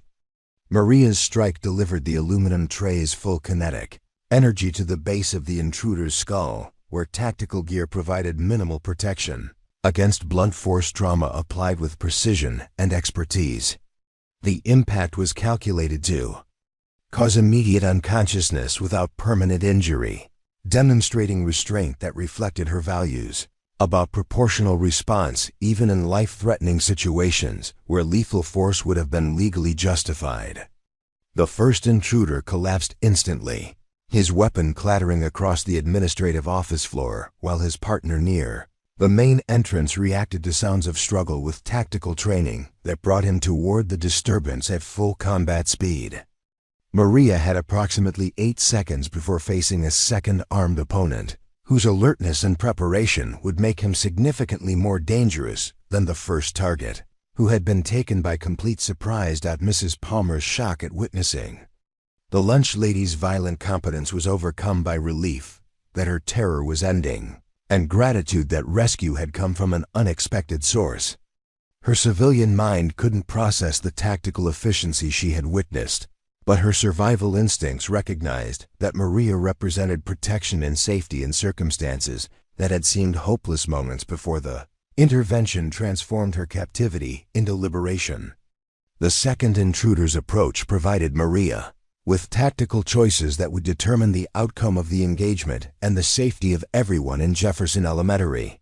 Her position offered defensive advantages but limited escape routes, while his weapons and training created threats that required immediate neutralization before he could establish control over the situation and potentially harm additional civilians who remained vulnerable throughout the building. Maria's selection of a second serving tray demonstrated her understanding of weapon systems and tactical redundancy that prepared her for continued combat against multiple opponents. The aluminum's durability and effectiveness had been proven against the first target, validating her choice of improvised weapons that utilized available materials, rather than requiring specialized equipment that wasn't accessible in civilian environments. The psychological impact of her transformation from mild-mannered lunch lady to skilled combatant was beginning to register with Mrs. Palmer, whose understanding of Maria's capabilities was being revolutionized by witnessing tactical competence that exceeded anything she had imagined possible from cafeteria staff. The revelation that Jefferson Elementary had been protected by hidden expertise would change perceptions throughout the school community once the immediate crisis was resolved. Combat experience flooded back into Maria's consciousness as muscle Memory and tactical training overrode 4 years of civilian conditioning, restoring capabilities that had been dormant but never truly lost. Her movement, positioning, and weapon handling reflected professional competence that had been developed through extensive training and validated through combat operations where mistakes had consequences measured in American lives. The second intruder's tactical assessment of the changed situation would determine his response to discovering unexpected resistance from sources his reconnaissance had failed to identify. Professional terrorists typically plan for conventional opposition from law enforcement and security personnel, but rarely anticipated encountering military-trained defenders, disguised as civilian employees in institutional environments that appeared to offer minimal security challenges. Maria's next actions would determine whether Jefferson Elementary's crisis ended with minimal casualties or escalated into prolonged violence that could threaten the entire school community. Her training and experience provided capabilities that could protect innocent lives, but utilizing those skills would expose the military background that she had worked so hard to conceal from civilian scrutiny and expectation. The transformation was complete. The quiet lunch lady had become a warrior protecting children whose safety depended entirely on skills she had hoped never to use again in service of American lives that trusted her competence, courage, and willingness to risk everything for their protection and survival. The second intruder rounded the corner into the administrative area with tactical precision that confirmed Maria's assessment of his professional training. His weapon raised and ready as he processed the scene of his unconscious partner and the unexpected threat that had neutralized their carefully planned operation. His eyes widened momentarily as he registered the lunch lady holding an aluminum serving tray with the confidence of someone who clearly knew how to use improvised weapons effectively. But his combat conditioning overcame surprise quickly enough to bring his rifle toward target acquisition. Maria's explosive ordnance disposal training had included extensive instruction in close-quarters battle, specifically because bomb technicians often worked in contested areas where hostile forces might attempt to prevent mission completion through direct engagement. Her movement away from the second intruder's initial firing position utilized furniture and structural elements for cover while maintaining offensive capability, demonstrating tactical mobility that transformed the administrative office into a three-dimensional battlefield where positioning determined survival. The confined space of the office area worked to Maria's advantage by limiting the intruder's ability to utilize his weapons range and stopping power effectively, while her knowledge of improvised combat techniques enabled maximum exploitation of environmental factors that could compensate for his superior firepower. Desks, filing cabinets, and computer equipment became obstacles that channeled his movement while providing her with concealment and protection from direct fire. Mrs. Palmer had taken cover behind her desk with civilian instincts that removed her from the immediate combat zone while remaining close enough to witness the deadly ballet unfolding between trained combatants whose skills had been developed in far more dangerous environments than Jefferson Elementary's peaceful corridors. Her perspective as a protected civilian enabled her to observe tactical competence that would later provide crucial testimony about Maria's heroic actions under impossible circumstances. The second intruder's attempt to establish fire superiority was frustrated by Maria's understanding of angles and cover that prevented him from achieving clean shots while she maneuvered for position that would enable her own offensive action. Her combat experience included urban warfare training that emphasized building-to-building fighting where civilians were present and collateral damage had to be minimized regardless of tactical disadvantages that civilian protection created for military operators. Maria's second aluminum tray served as both weapon and shield as she closed distance with the armed intruder, whose tactical training hadn't prepared him for close quarters combat against opponents skilled in improvised weapon systems and environmental exploitation. His rifle's effectiveness decreased dramatically as range diminished below optimal engagement distance, while her aluminum implement gained lethality through kinetic energy that could deliver devastating impact at contact range. The psychological effect of facing unexpected resistance from sources that operational planning had dismissed as negligible threats was beginning to impact the second intruder's decision-making process and tactical confidence.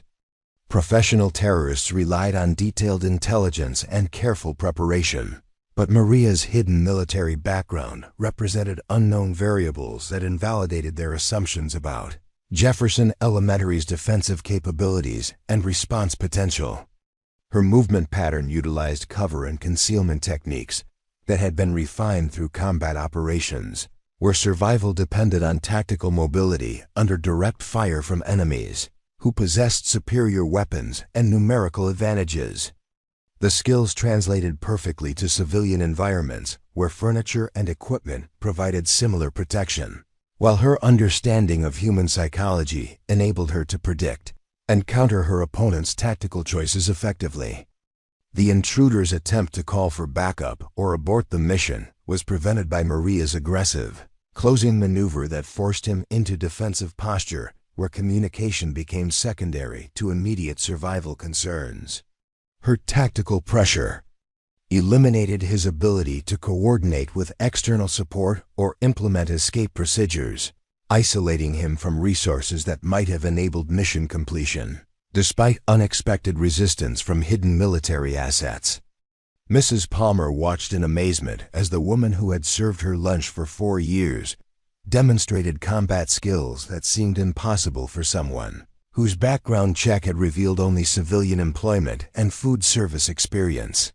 The revelation that Jefferson Elementary had been protected by concealed military expertise would fundamentally change understanding of Maria's true qualifications and the remarkable fortune that had placed such capability in position to defend innocent lives.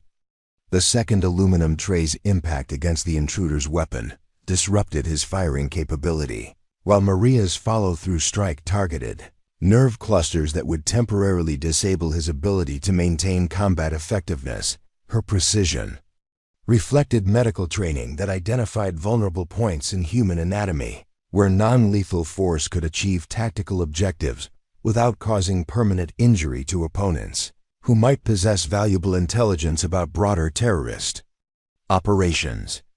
The rapid neutralization of both intruders demonstrated tactical competence that exceeded anything that Jefferson Elementary's crisis planning had anticipated, validating Maria's military training while exposing capabilities that would inevitably attract attention from law enforcement, military, and intelligence agencies interested in understanding how decorated combat veterans were transitioning to civilian service in critical infrastructure environments. The immediate aftermath of the engagement required Maria to secure weapons and restrain prisoners while ensuring that Mrs. Palmer received medical attention for shock and any injuries she might have sustained during her captivity. Her battlefield medical training enabled quick assessment of civilian trauma while maintaining situational awareness for potential additional threats that might materialize as backup for the neutralized intruders. Emergency communication with law enforcement became Maria's priority as she used the office phone system to report the incident and request immediate response from agencies equipped to handle terrorist activities and weapons recovery. Her military experience provided appropriate terminology and threat assessment language that enabled efficient communication with dispatchers who needed accurate information to coordinate proper resources for the developing situation. The building's lockdown procedures had protected most students and teachers from direct exposure to violence, but Maria's tactical assessment indicated that additional security measures might be necessary if the two intruders represented advanced elements of a larger terrorist operation designed to target educational facilities. Her knowledge of terrorist tactics suggested that successful intervention might prevent broader attacks on other schools in the district or region. Mrs. Palmer's testimony about Maria's heroic actions would provide crucial documentation for law enforcement investigation. while establishing a public record of civilian defense capabilities that had protected Jefferson Elementary from terrorist attack through individual initiative and military expertise applied in domestic security context. Her civilian perspective would validate the tactical competence that professional observers might otherwise attribute to luck or exaggeration. The recovery of weapons and equipment from the neutralized intruders revealed sophisticated planning and professional-grade materials that confirmed Maria's assessment of the threat level they had represented to the school community. The discovery of explosive devices in their duffel bags validated her decision to intervene immediately rather than waiting for official response that might have arrived after devastating casualties had already occurred. Maria's actions during the crisis demonstrated the value of military veterans in civilian roles, where their training and experience could provide unexpected defensive capabilities for critical infrastructure and vulnerable populations. Her successful intervention illustrated how combat skills could be adapted for domestic protection without compromising civilian values or creating unnecessary violence in educational environments. The transformation from anonymous lunch lady to recognized hero was complete, but Maria's primary concern remained the welfare of students and staff, who had been protected from terrorist attack through her willingness to risk everything for their safety. Her military values had compelled action that saved innocent lives while exposing capabilities she had hoped to keep hidden from public scrutiny and official attention. Law enforcement arrival would bring professional recognition of her tactical competence while initiating investigations into her background and qualifications that would permanently alter her relationship with the Jefferson Elementary community.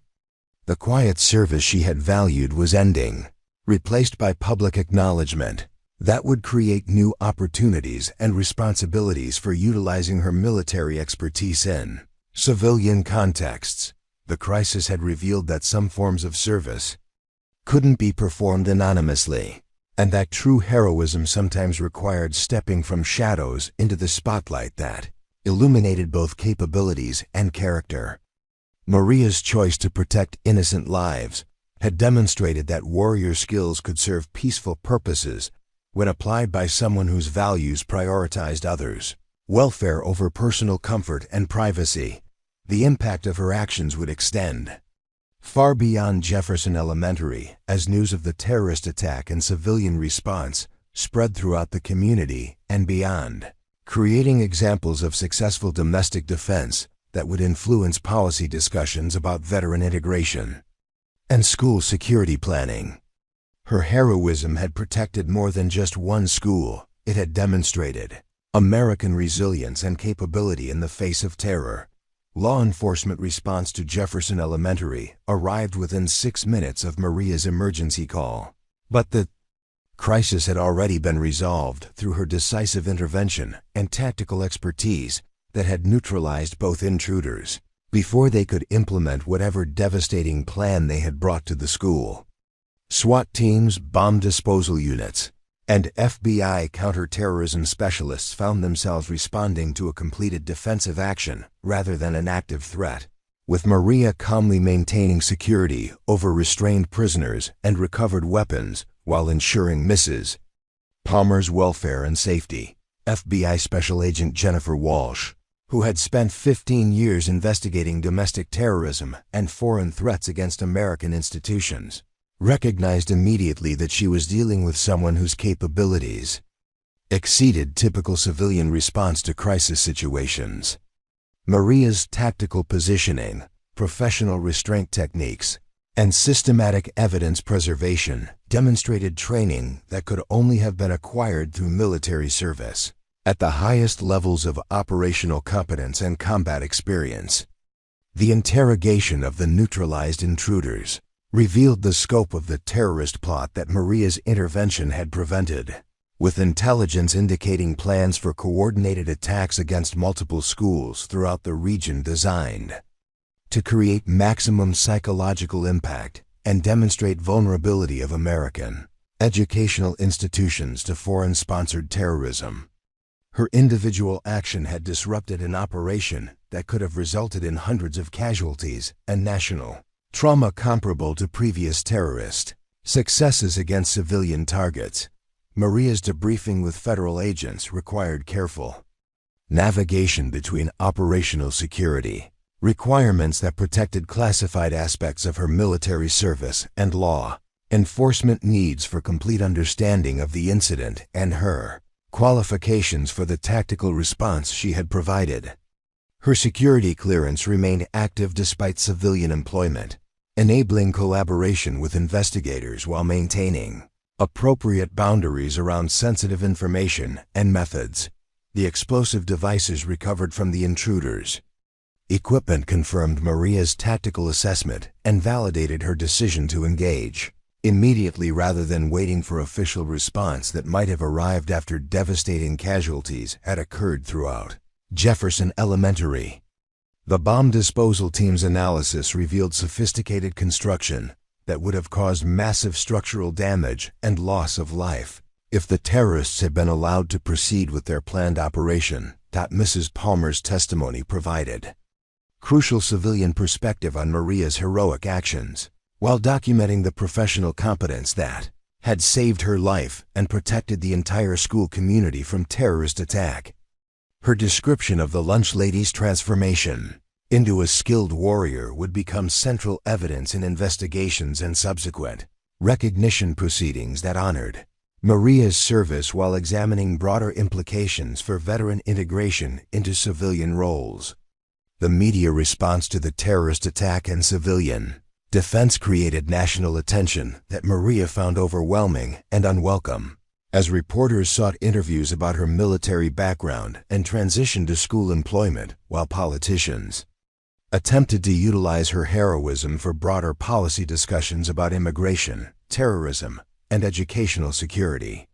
Her preference for privacy conflicted with public interest in understanding how decorated combat veterans were serving in unexpected roles throughout American communities. Jefferson Elementary's reopening 3 days after the attack required extensive security consultations that inevitably drew upon Maria's expertise in threat assessment and defensive planning.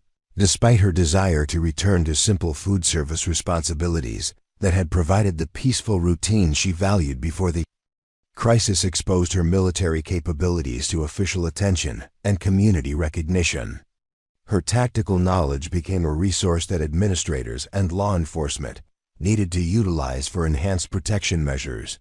The school district's recognition ceremony honoring Maria's heroic actions created public acknowledgement that permanently altered her relationship with the Jefferson Elementary community while establishing her as an example of veteran service and civilian protection that would influence policy discussions and inspire other former military personnel to consider educational employment.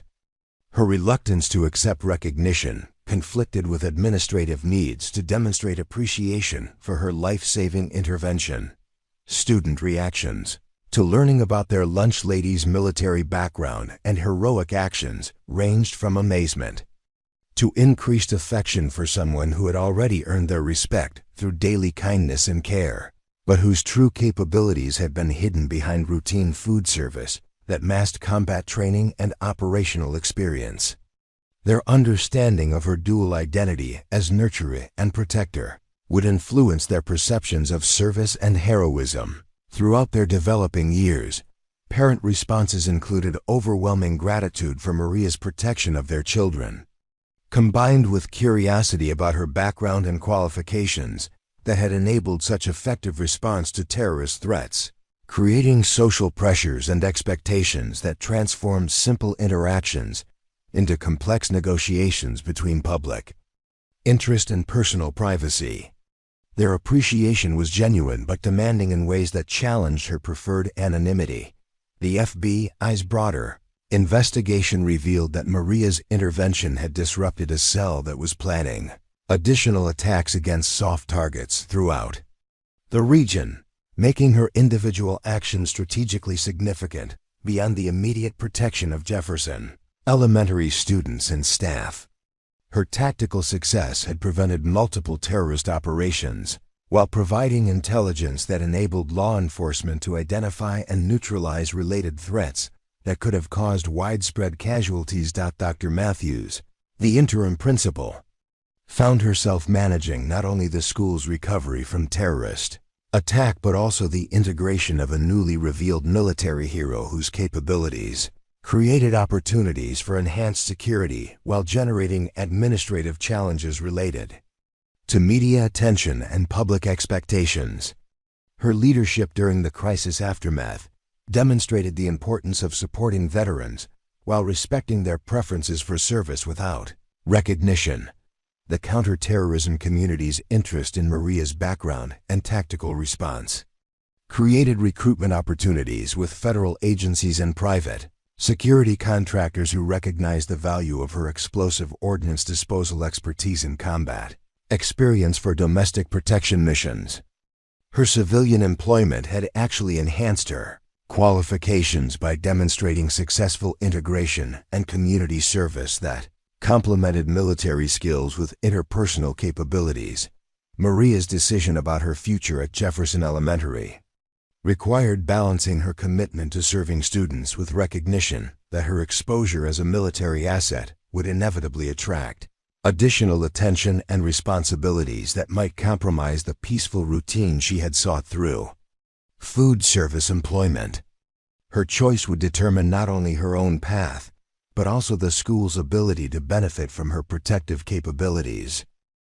The wooden box in Maria's apartment took on new meaning as she reflected on how current events connected to her military service and the team members whose sacrifice had motivated her transition to civilian life dedicated to protecting others. The medals inside represented past service that had prepared her for domestic heroism, while her current situation offered opportunities to honor their memory through continued protection of innocent lives. Community support for Maria included offers of assistance, friendship, and recognition that appreciated her service while respecting her desire for normalcy in civilian life that balanced military identity with educational mission. Local veterans organizations provided understanding and fellowship that aided her processing of recent events while maintaining connection to the military community that shared her values and experiences. The broader implications of Maria's heroic actions extended beyond individual recognition to policy discussions about veteran integration, school security, and the value of military experience in civilian roles that could provide unexpected defensive capabilities for critical infrastructure and vulnerable populations. Her example would influence recruitment and training programs designed to utilize veteran skills for domestic protection missions. Maria's ultimate decision to remain at Jefferson Elementary while accepting additional responsibilities for security, consultation, and emergency planning reflected her commitment to serving the school community that had become her sanctuary and purpose. Her choice to step partially from the shadows while maintaining focus on student welfare demonstrated that heroism could be sustained through quiet service rather than public celebrity. The lunch lady who had prevented the terrorist attack would continue serving students with the same dedication and care that had characterized her work before the crisis, but with enhanced understanding of her dual role as nurturer and protector, whose military training remained available for defending innocent lives. Her integration of warrior skills with civilian service would provide ongoing security while maintaining the positive relationships that made her effective in the educational environment. The transformation was complete, but the mission continued, protecting and serving the next generation, while honoring the sacrifice of fallen comrades through daily acts of care disguised as routine employment. Maria Santos had proven that true heroes serve where they are needed most, whether in combat zones or school cafeterias, whether recognized or anonymous, whether armed with military weapons or aluminum serving trays wielded in defense of those who depended on her courage, competence, and unwavering commitment to protecting innocent lives. 6 months later, Maria still arrived at Jefferson Elementary at 5:15 a.m. sharp, But now her morning routine included a brief security walkthrough. That had become second nature. The wooden box on her nightstand remained unopened most days, but she no longer carried its weight as a burden. Her team's sacrifice had found new purpose in every child she protected through both nutrition and vigilance. The lunch line moved. With its familiar rhythm, students chattering about homework and weekend plans, blissfully unaware that their favorite lunch lady monitored exits and assessed potential threats while ladling mashed potatoes with genuine warmth. Some things never changed. Maria still remembered every name, still slipped extra portions to hungry kids, still treated each interaction as sacred trust. Dr. Matthews had quietly implemented Maria's security recommendations throughout the district, improvements that would protect thousands of students while honoring the discreet expertise of someone who understood that true strength announced itself through service, not speeches. The changes were invisible to most, exactly as Maria preferred. When reporters occasionally called seeking anniversary interviews, Maria politely declined. Her story wasn't about one moment of heroism, it was about choosing to serve wherever needed. Whether disarming bombs in Fallujah or ensuring that 8-year-old Tommy got enough vegetables on his tray, the aluminum serving trays were just kitchen equipment again. But Maria's hands still tested their weight each morning, muscle memory ensuring readiness for threats she hoped would never come. Excellence in ordinary moments, vigilance disguised as routine care. This was how real heroes served. Heroes walk among us every day, hidden in plain sight, serving without recognition until the moment they're needed most.